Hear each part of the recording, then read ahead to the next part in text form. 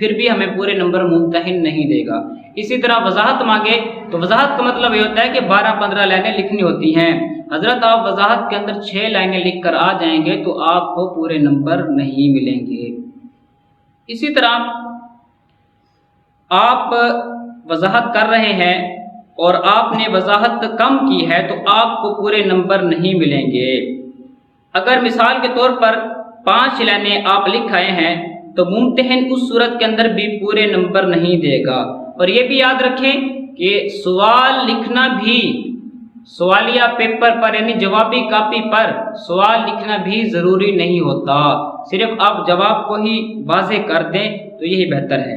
اور املا کے طریقے کے مطابق آپ پیپر کو حل کریں اور 2 سوالوں کے مابین آپ فاصلہ رکھیں تاکہ فرق محسوس ہو کہ پہلا سوال الگ ہے اور دوسرا الگ ہے۔